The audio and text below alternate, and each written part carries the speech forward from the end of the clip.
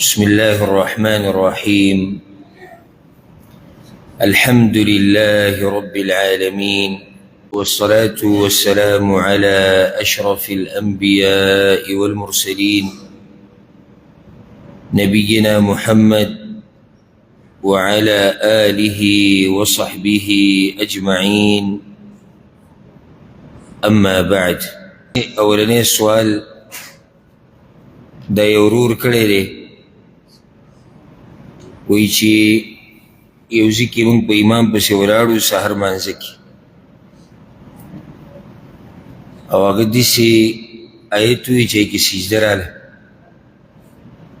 چې کله یې سجده تلاوت دی ولګول او بیا راپاڅېدو نو بیا پسې نور تلاوت ونه کړو، رکوع له لاړ. بعضو خلکو بیا دا خبره شروع کړه مانځه نه بعد چې دا مونځ بیا کوو، او په کار دا و چې امام په سجده پسې تلاوت نور کړی دی او بیا رکوع له تللی، نو دا مونځ صحیح دی که نه؟ الجواب، امام چې کوم کار کړی دی د دې د لاسه مونځ باطلیږي نه، او نه د غلط کار کړی دی، او نه د دې د لاسه سجده سهو لازمیږي.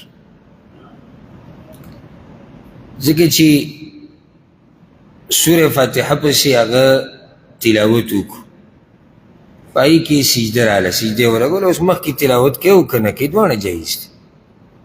کله داسې کېږي چې امام مخکې قرت پوره کړي نو سجده ولګوي، سجدې نه چې راپاسي بیا تلاوت پسې وکړي.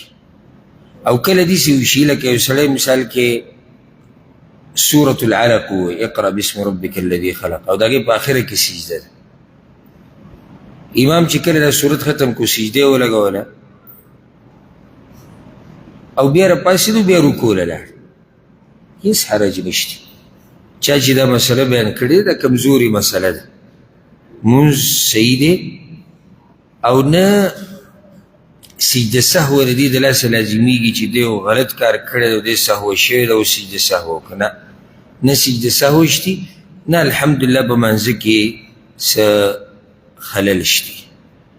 د دین یو بله مسله م واضح شو زموږ ټولو دپاره، هغه دا چې د مانځه مسایل یا ارکان د اسلام چې کم دي د دې د ظاهري مسایل او دې سره چې څه تعلق ساتي، دا کم سے کم هر مسلمان له پکاره چې دا معلوم کړي. که علم دوه قسمه دی، یو هغه علم دی چې د هغې زده کول په هر مسلمان لازم دي، او هغه د ارکان د اسلام او د هغې سره څه تعلق ساتي. بل د دې نه اخوا علم هغه زده کول مستحب دي چې سړی جوهر پکې ورننوځي او غټ عالم ترې جوړ شي. اوس مونځ کې یو سړی وایي چېرې دا د علماو کار دی، نو مونځ خو مو ته هم کوو او څو څو پیري کوو، کله د جمع سره کوو، کله ځان له کوو، کله په سفر کې کوو، کله د یرې په حالت کې کوو، کله بیمارۍ کې کوو، کله په مسافرۍ کې کوو، کله خپل علاقه کې کوو. دا اوس څنګه معلوموو چې دا به څه کېږي او څه به نه کېږي؟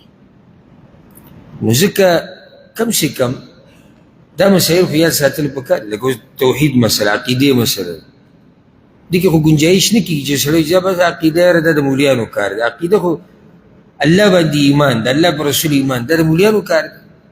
ته بیا ځان ته څنګه مسلمان او زه ځان ته څنګه مسلمان؟ بیا د مانځه مسایل شو، بیا د روجې مسله شوه، په هر مسلمان فرض ده رمضان روجې. د زکات مسلې د هغه چا دپاره شو چې زکات پې لازم دی، چې لازم پې هم نه ده ته معلومول پکار دي، ده ته خو پته ولګي که چې په ما زکات شتي او که نشتي. یو سړی زه فقیر یم، کیدی شي دې ځان ته داسې غریب وایي چې زکات پې نه وي او په ده وي، نشي کېدی، ده ته نصاب نه دی معلوم، او کیدی شي زکات پې نه وي او دی د جهالت د لاسه وایي چې په ما زکات شتي. دا شان د حج مسلې شو، چا باندې حج لازم دی، حج به څنګه کوي څنګه به نه کوي. دا هغه مسلې دي چې کم سے کم یو مسلمان ته یادول پکار دي. زه د مانځه نه بعد بیا ټوس ټوس کول، یو وایي مونځ شوی دی، بل وایي مونځ نه شوی دی. زموږ په معاشره کې ډېر کېږي، معمولي چې امام خطا شي ته بیا وګوره چې سلام وګرځي د جومات کې دا ټوش ټوش شروع شي.